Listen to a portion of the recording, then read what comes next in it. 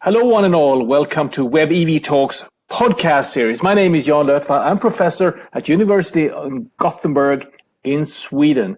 And today I have with me Ken Witwer, associate professor at Johns Hopkins in Baltimore, used to be a virus researcher, ended up in the extracellular vesicle field. And today we're going to talk about viruses and extracellular vesicles or exosomes and how they're similar and how they're different. And specifically, of course, in these times of the COVID-19 lockdown, it is very timely to talk about COVID-19 virus, the SARS-CoV-2 virus, and their similarity and differences to extracellular vesicles. Ken, welcome to the podcast. Thanks, Jan. I'm really happy to be talking with you today and looking forward to maybe speculating a little bit, but certainly yes. Talking about virology and what viruses have to teach us about EVs and vice versa. Now, the exciting thing to be in the EV field is that people came into this extracellular vesicle field from all kinds of areas. Me from clinical translational asthma research. You came from virology. Somebody else came in from cancer. Somebody else from microbiology or cell biology. So that's why it's fun to be in this field. So thanks for joining. I'll share the screen and there they are. So Ken, this is a Wikipedia picture of a coronavirus in general with all the nice spike proteins and genetic code and everything inside. So please explain to us what we see. So coronavirus, there are many coronaviruses, hundreds of them at least. And so the coronavirus is one of the causes of the common cold. And so the coronaviruses are everywhere. And unfortunately, some of the varieties, some of the specific coronaviruses can cause significant morbidity and mortality in a human host. So we've seen the emergence of SARS, MERS, and now the second SARS, and then the disease that it causes is known as COVID-19. So, but from the perspective of the virology field, this virus is an enveloped virus. So you can see here the red represents the envelope, which is entirely derived from the host. So this is host lipids. And probably also. So this is transection. This is the lipid membrane, right? That is the lipid, the bilayer membrane right there. Mm-hmm. And as you can see from this cartoon, there are numerous proteins that are embedded. Now, for the sake of simplicity, in this illustration, we see only the viral proteins. So if I can just take you through a few of those. Now the E protein. So this one is the one that's at the bottom of the list on the right. It's depicted in the yellow one, right? Yeah, and so the so E you see protein, them here. It's actually very abundantly produced, but it is not as maybe not as efficiently incorporated into the viral envelope. Okay. Or I should say the host envelope that the virus is hijacking. So there's only a few copies of that, and its function is not extremely well known. Then we could then look at the M protein. So the M protein is shown the green one. Green. And so those are kind of two transmembrane or protein. So this is actually a protein that will multimerize. So there's multiple copies of this thing that come together as transmembrane proteins. And it's not shown here, but it is thought that in many of the coronaviruses, this M protein is contacting the capsid protein or the nucleocapsid protein. So the nucleocapsid protein is now in the lumen of this virus, and you're showing this here. This is kind of the flesh-colored thing, the coil. And so that coil is actually a ribonucleoprotein complex, where the nucleocapsid protein is now coding and kind of coordinating the RNA genome. So this is a positive sense RNA. It is about 30 kilobases in length for SARS-CoV-2, and this is the RNA that is needed to make all of these important, essential structural proteins of the virus. So we've already talked about the E protein, the M protein, and then the internal nucleocapsid protein. But there's another one that is extremely important, and this is the one that is going to catch your eye first with this picture, and that's this spike glycoprotein. So the spike glycoprotein is also a transmembrane protein, as you can see. And outside of the membrane, it has several domains. So the spike protein is often referred to just as S, and its domains are known as S1 and S2. Within the S2 domain is a region that's known as the RNA. I'm sorry, I have RNA in my mind. The receptor binding domain, or RBD. This receptor binding domain is what the virus uses to attach to the host cell. Mm-hmm. So, and that's mediated through the ACE2 molecule on the recipient cells. Exactly. Or considered so to be. This angiotensin converting enzyme, which is a receptor on the host cell. Some coronaviruses, it's not yet clear, I think, for SARS-CoV-2, but some can actually use the angiotensin converting enzyme ACE, but it seems that ACE2 is that primary receptor that's needed for binding. So is there other type of uptake? I mean, as you said, macrophages can take up anything, right? Are there other modes of uptake in these these vesicles into different cells? So I have to say that we don't know yet. We don't know yet for sure. The entry of many of the coronaviruses into cells is actually different from entry of a lot of other viruses. So if I could, maybe I'll just say a few words about the different modes of entry.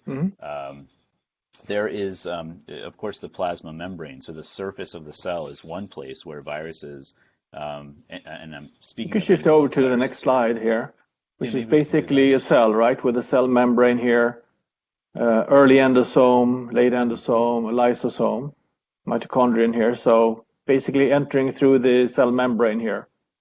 Yeah, so there are several viruses that can enter through the cell surface, and I think that many of the coronaviruses are examples of those viruses.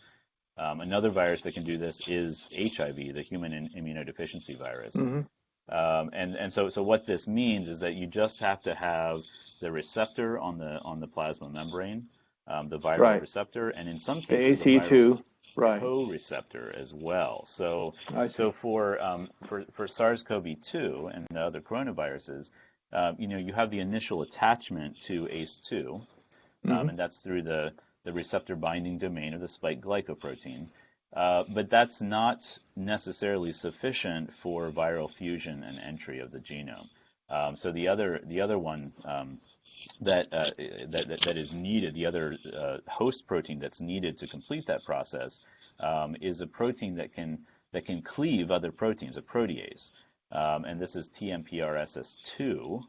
So TMPRSS2 is able to cleave parts of that spike glycoprotein. And what this achieves is exposure of a fusion peptide.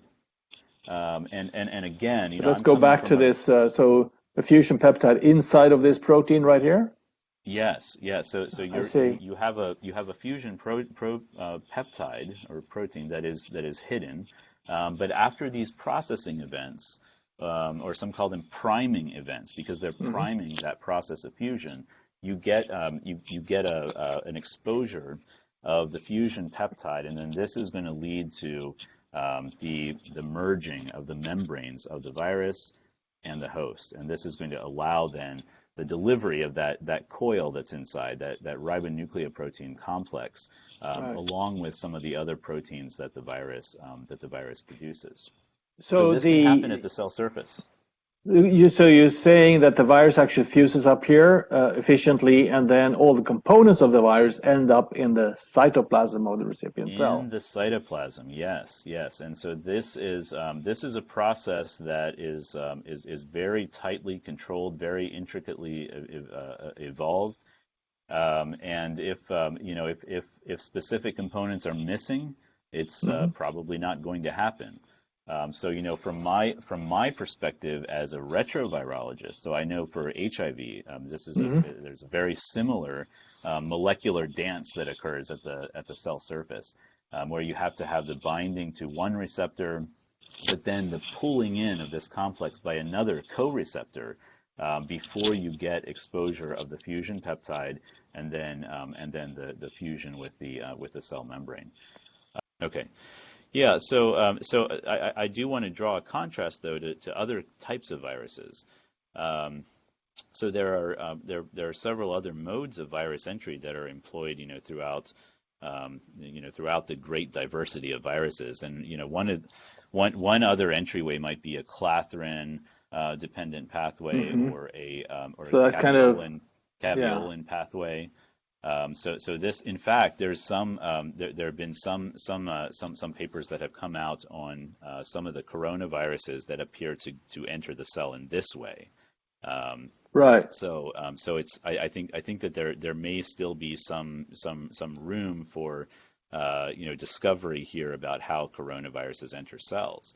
But another one, and this is very nicely depicted in this illustration, you can see these endosomal compartments.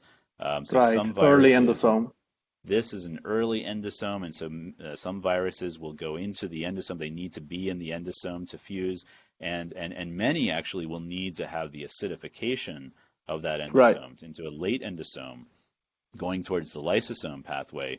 The lysosomes up So the here. cell, Yeah. it's like a race between the cell and the virus. The cell is trying to degrade the virus, but the virus in some cases it wants exactly that. It wants that acidification, and that's going to prime the fusion proteins and allow that machinery to do its job to deliver the viral payload.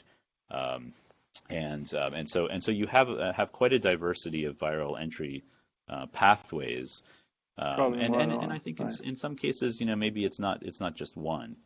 Maybe some Right. viruses are just so good at fusing that they can fuse in different places. Yeah. Yeah.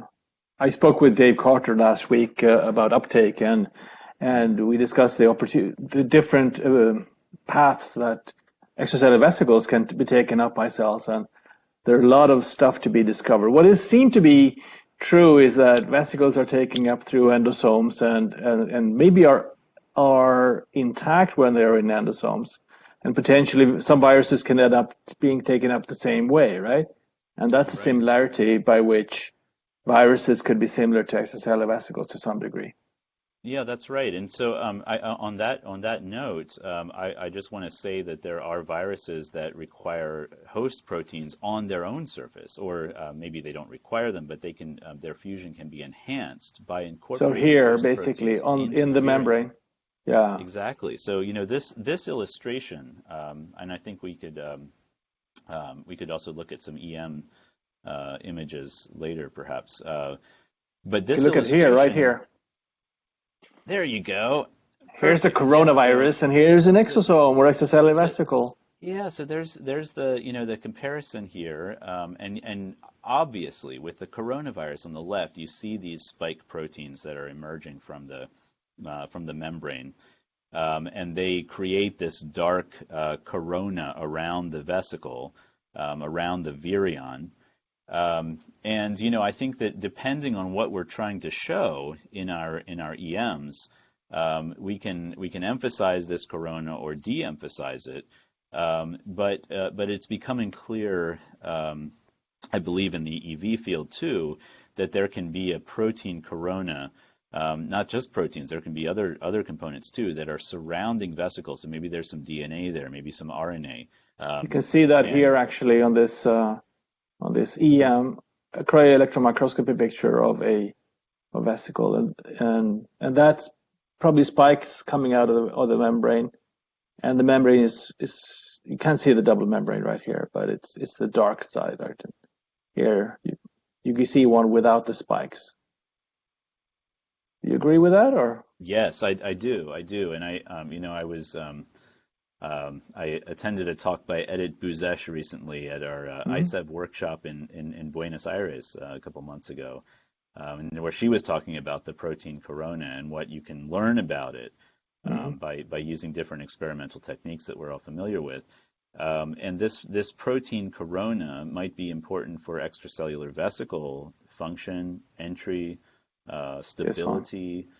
So I think there's a lot more that we need to learn about associations of proteins with the extracellular vesicle. Now, having said that, the virion, is something that is produced under tightly controlled conditions of protein stoichiometry and protein incorporation. So, it starts in the Golgi apparatus.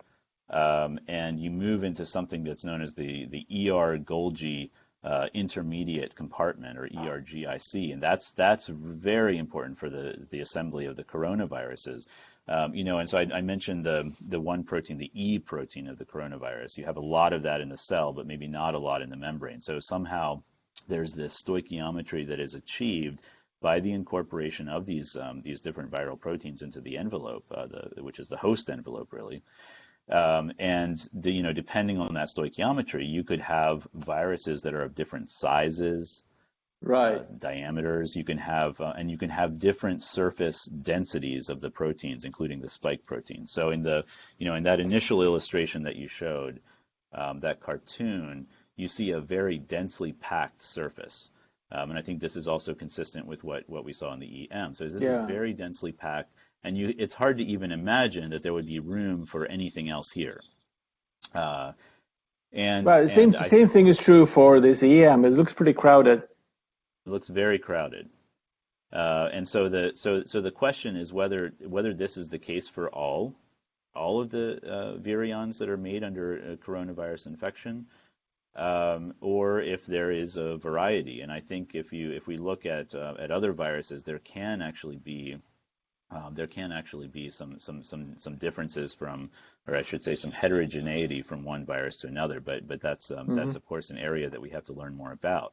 Now, the virus that I am most familiar with, HIV, this is a virus that of course also has its envelope proteins that are shown on the surface of the virion, but you usually don't see a density quite like what we have here. And so as we start looking at one envelope virus, another one, we might find that there are different surface densities. And in some cases, so now take now the example of hepatitis C virus. So hepatitis C virus, it's fascinating to me on multiple levels, but one of those is that the hepatitis C virus, if it has incorporated CD81, a tetraspanin that we're very well familiar with in the EV. HCV, the HCV enveloped virus, can incorporate CD81 into its membrane, and this CD81 can also can help to achieve an enhancement of fusion with the host membrane. And so this is going to occur in that endosomal compartment for HCV. Right. But it's an illustration, and we can find others where you need CD9. And we know from our work and from work that Clotilde Terry has done with us too, that there is quite a bit of incorporation of host tetraspanins into the HIV membrane. So it's certainly the case that for any virion, you're going to have some degree of incorporation of host proteins as well, and these may indeed be important for some function of the virus. So we were talking about assembly of the virus, which happens inside of the cell, and it seems conceptually not fully easy to understand, but some of the viruses may be ending up here, and some may be here. You have the RNA, right? Mm-hmm. And then you have this lysosome that is supposed to be important for the virus to expand inside of the cell, to multiply inside of the cell. So how do these, I mean, there's basically the virus takes over the ribosomes of the cell, right? And spits out a lot of virus proteins. Is that a reasonable Yes. explanation? Yes, that is. That is. The virus is really hijacking the host machinery and even the host components like the lipid bilayer for its own purposes.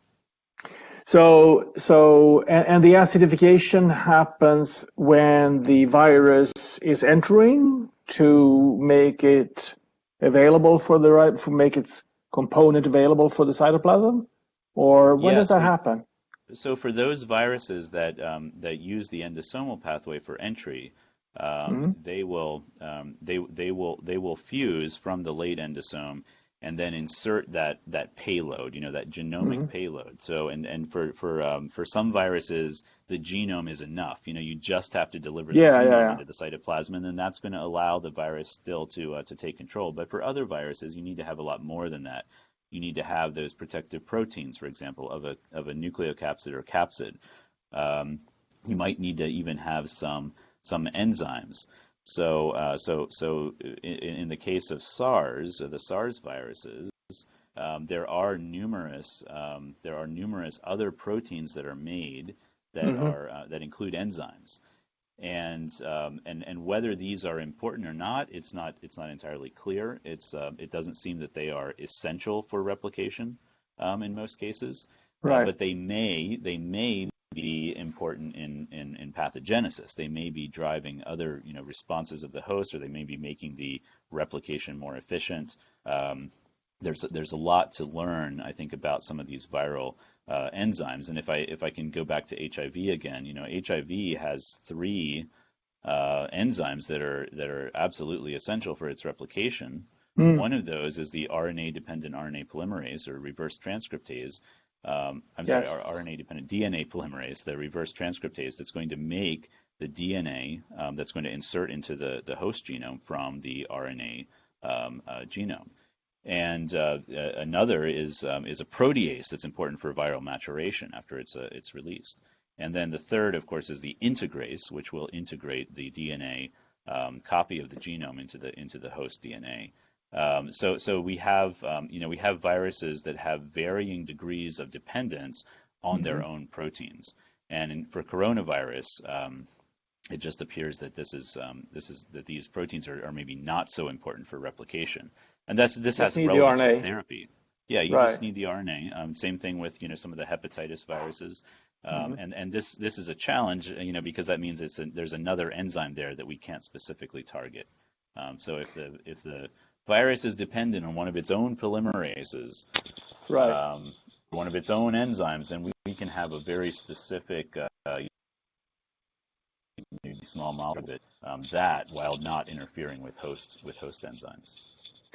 So similarities and differences between the assemblies that or the manufacturing of extracellular vesicles versus the coronavirus is that they basically make all the components in the cytoplasm and the ribosomes and that are free in the cytoplasm, whereas extracellular vesicles are made through these multivesicular endosomes by these early endosomes budding inwards and slowly developing into a multivesicular body, which then can fuse on the cell membrane and deliver those, what we call exosomes, to the extracellular space. Is that process at all involved in the virus production, you think, or the virus is basically killing the cell and being released?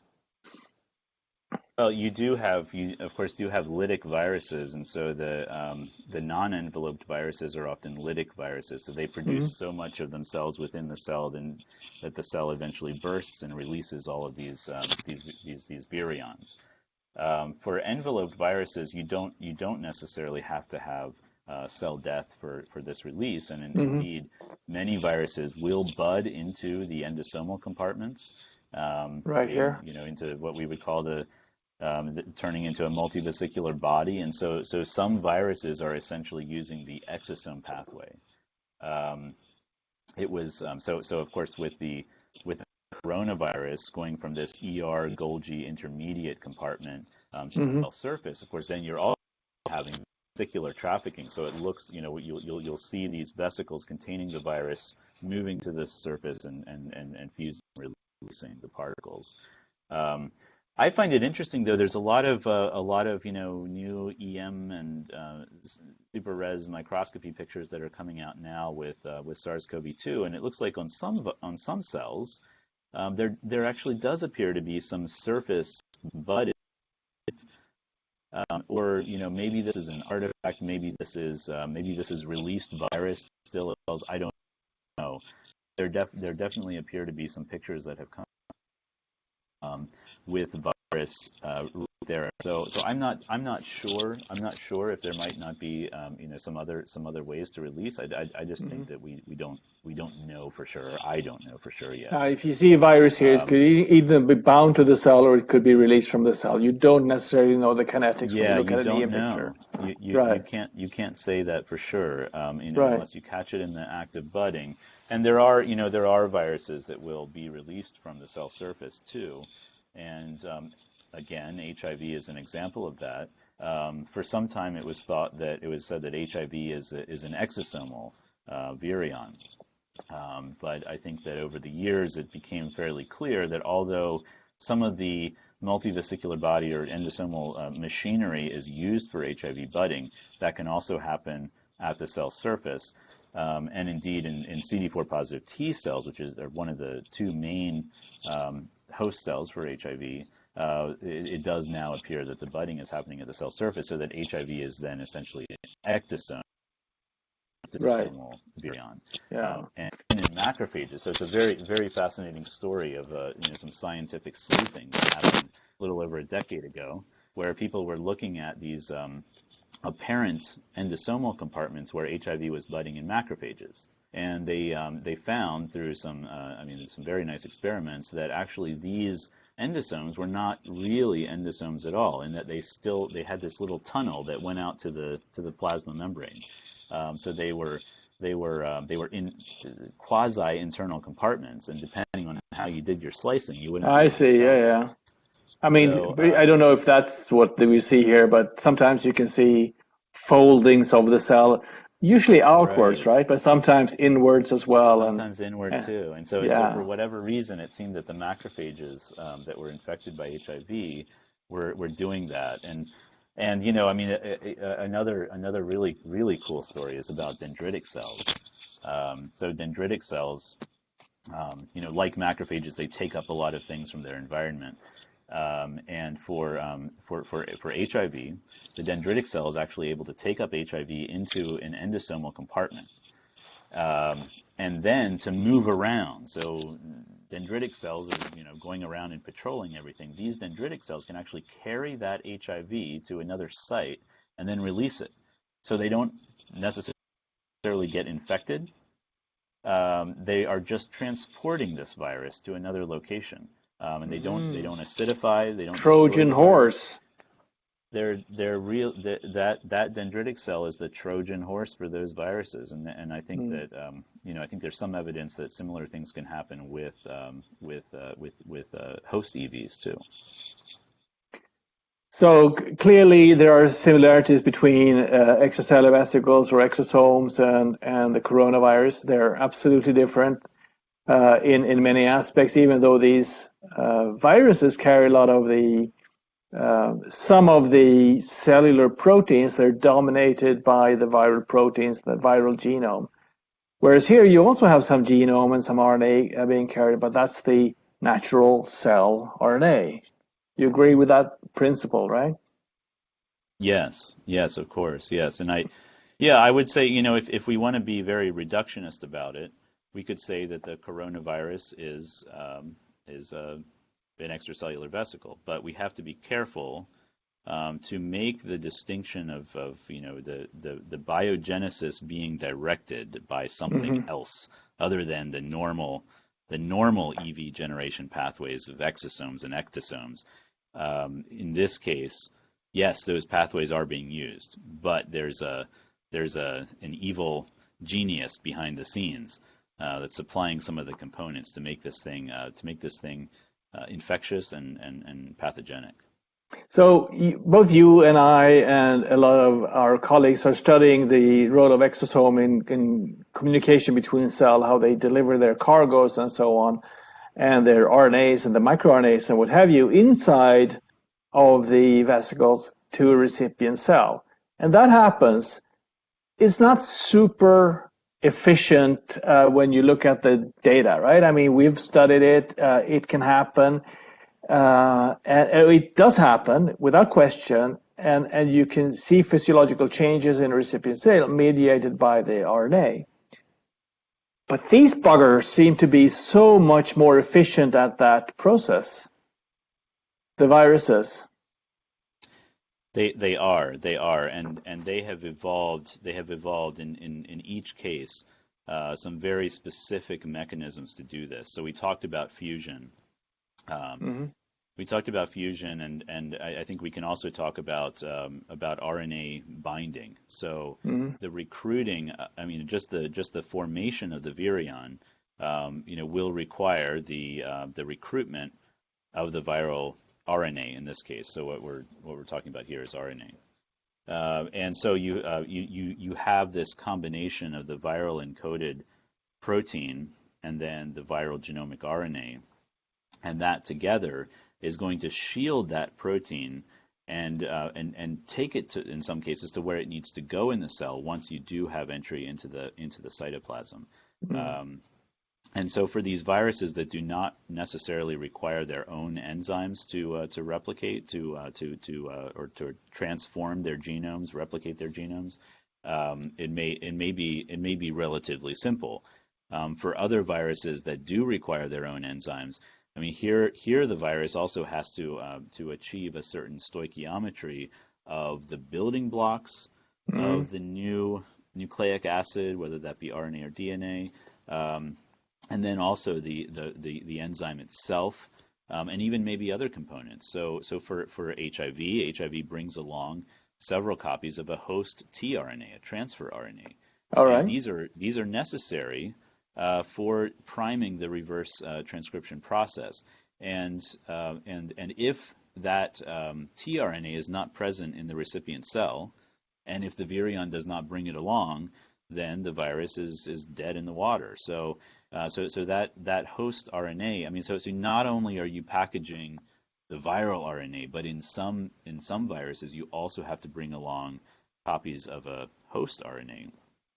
That's interesting. To achieve that reverse, to achieve that replication, I should say. So I think we can learn a lot from viruses, from their RNA binding proteins, from their abilities to recruit host RNAs or host proteins that are essential for their replication.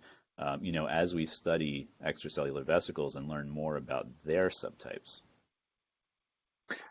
Yeah, so there seems to be, you've explained a lot to me. I'm understanding much better. There seems to be still some further research that needs to be done to understand how these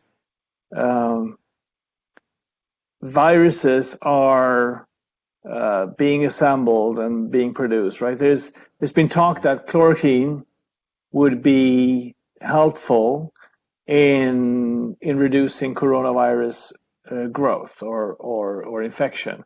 And that would be by inhibiting transport of these viruses to the lysosome, if I understand that correctly. Now, that data is very weak, and there's no clinical data that actually argues that chloroquine, which is a malaria medication, works in coronavirus at this stage. It has been tested. Also, a lot of people have had toxic reactions to the medication. So it's absolutely not recommended. But the theory would be that you stop this pathway of the virus towards the lysosome, if I understand that correctly, Ken.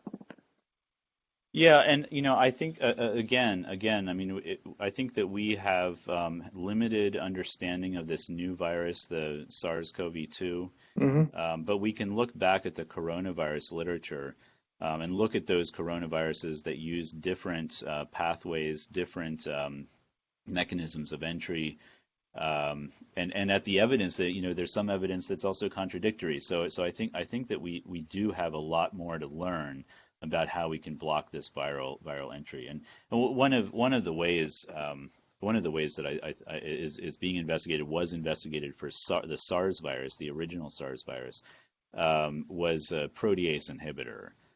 So an inhibitor of this host protease that's at the surface, that's going to prime by cutting this spike protein. Okay. So I think the development of or the use of existing proteases or the development of new ones is one promising Protease inhibitors, you way mean? to do this. Protease inhibitors, exactly. Right. And there are also antivirals that will stop some of the enzymatic activity of the viral proteins as well, right? So those are, remdesivir is one that is being investigated now. And we're keenly awaiting results from those clinical trials that are ongoing as we speak, right? Yes. So one thing I wanted to come back to as well was your speculation that vesicles could be part of the cytokine storm.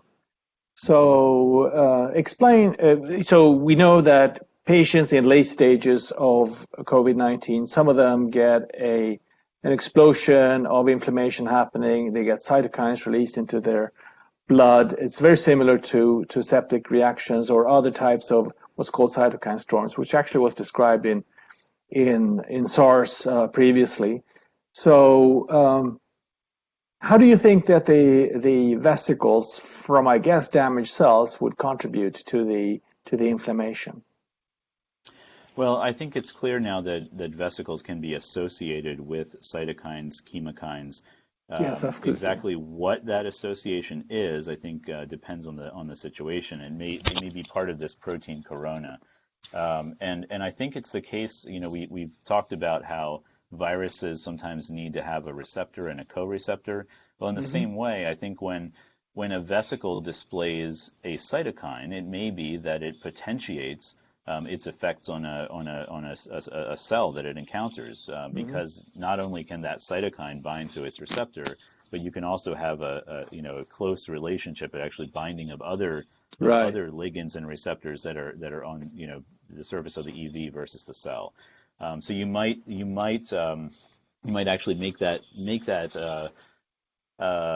interaction more likely to happen because of the association with the EV. So this idea that the local concentration or the effective concentration can be increased by the extracellular vesicle.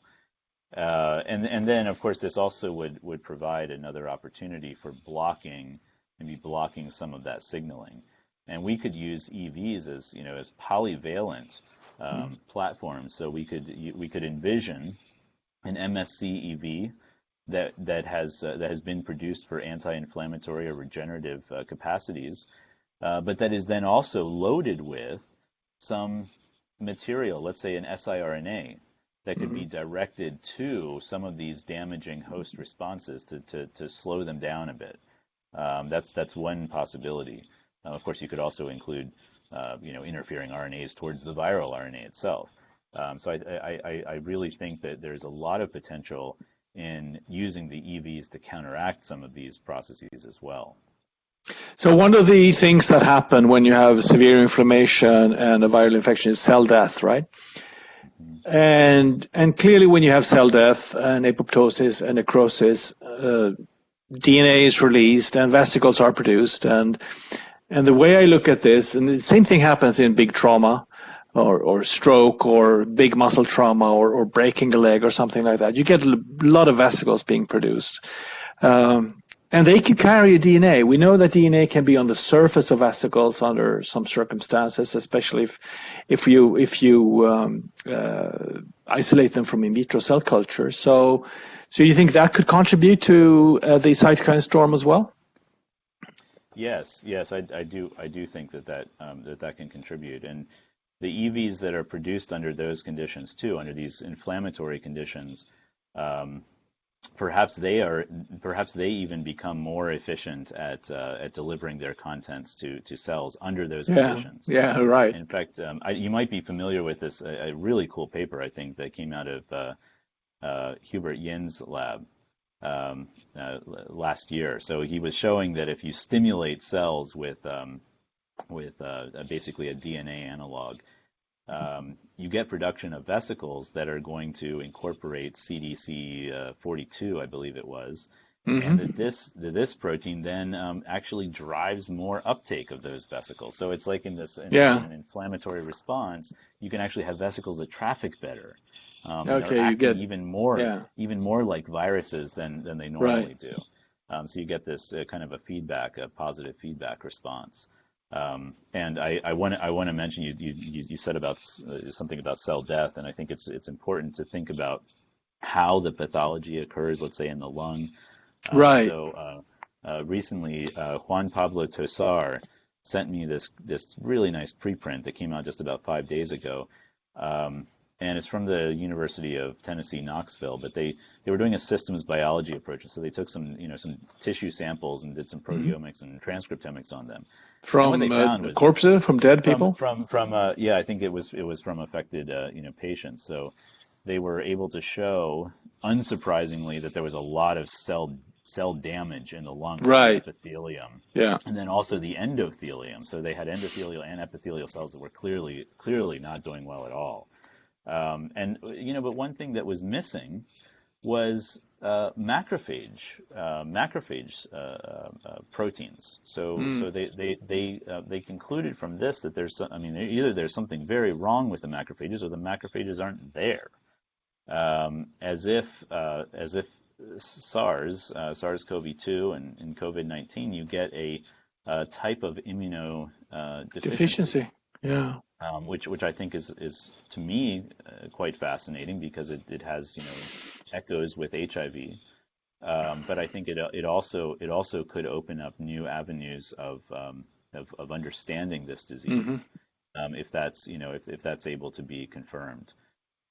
So there's a lot too much that we still don't know, but I think that we know enough now to be able to speculate and be on fairly good ground that the EVs are contributing somehow to this disease, and that we can use EVs to combat it.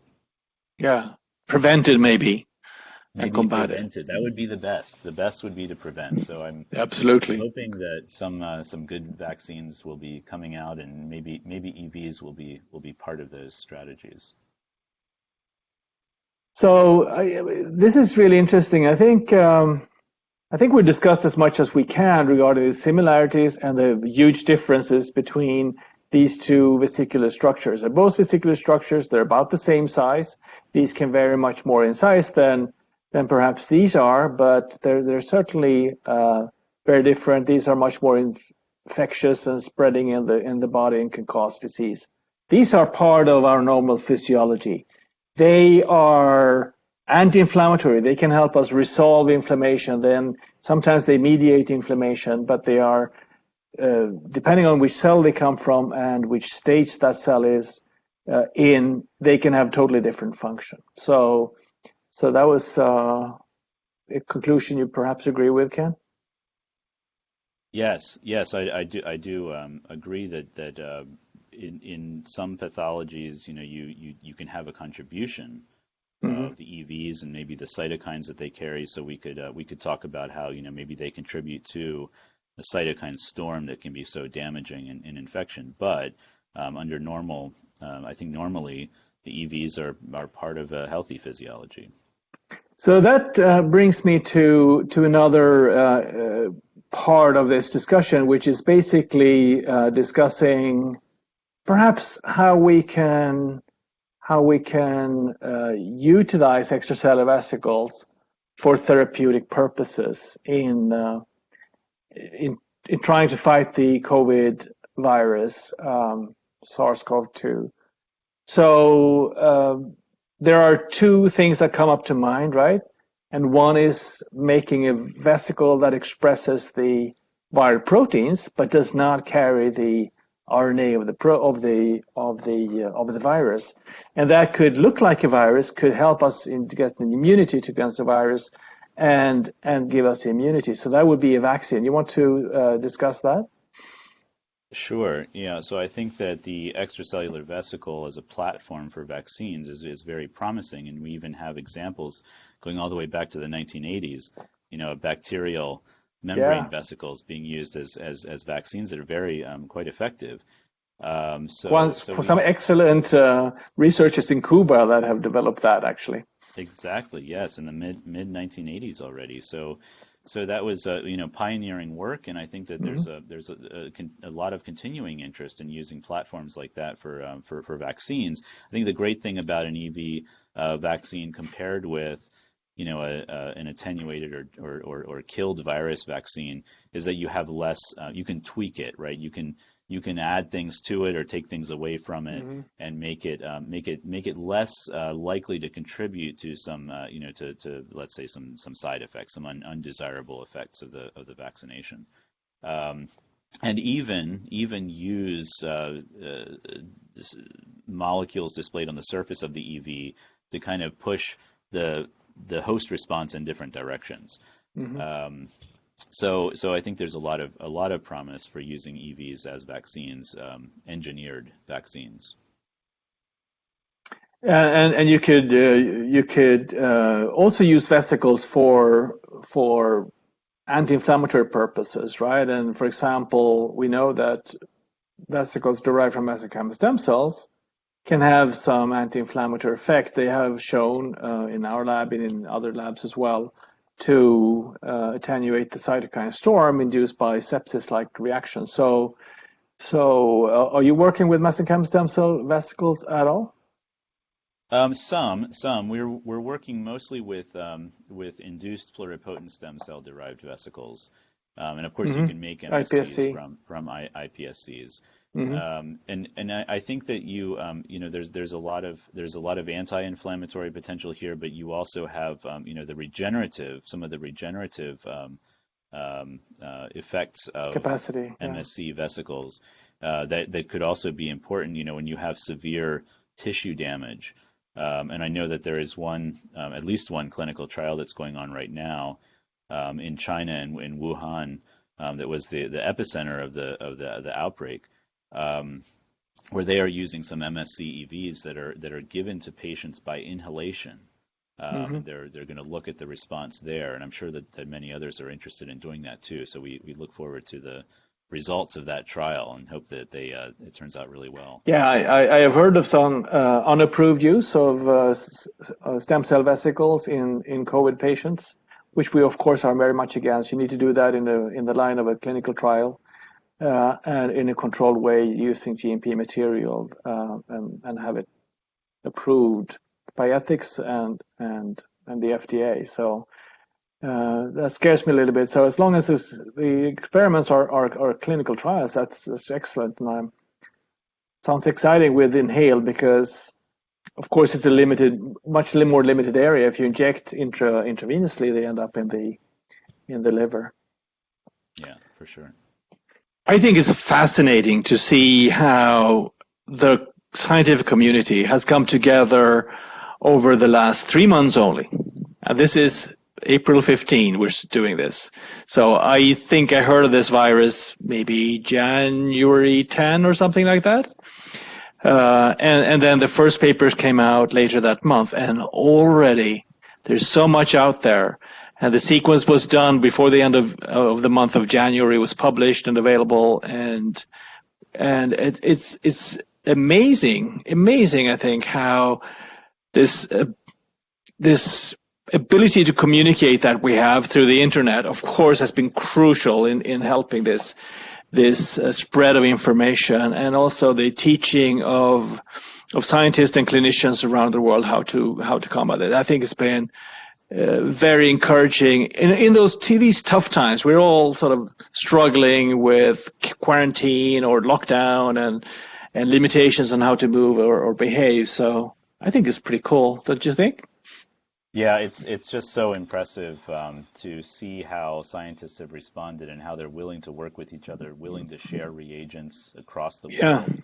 And then also how the changes in publishing have affected this, where you can have a finding today and have it on the internet on a preprint server tomorrow. You're right. And of course, we have to be careful. We have to be careful about our interpretation. There is some bad stuff coming out as well in the middle of this. Yes, there's some inaccuracies, and so we have to be very careful about that. But we have better ways to share today than we ever have in the past, and it's good to see that happening. It's good to see the walls coming down, so that we can move in concert, and address this threat, this scourge. So that's a very positive thing that we see in this sad and challenging time. I agree that we have an opportunity here to help each other and work together. And together we can beat this virus. We're gonna beat the hell out of it. I think this is a perfect way to end the vlog. Thank you, everyone, for staying tuned. Please continue to come back to the channel and check the new videos that will come up. There will be plenty more to come. And I see you soon. Bye.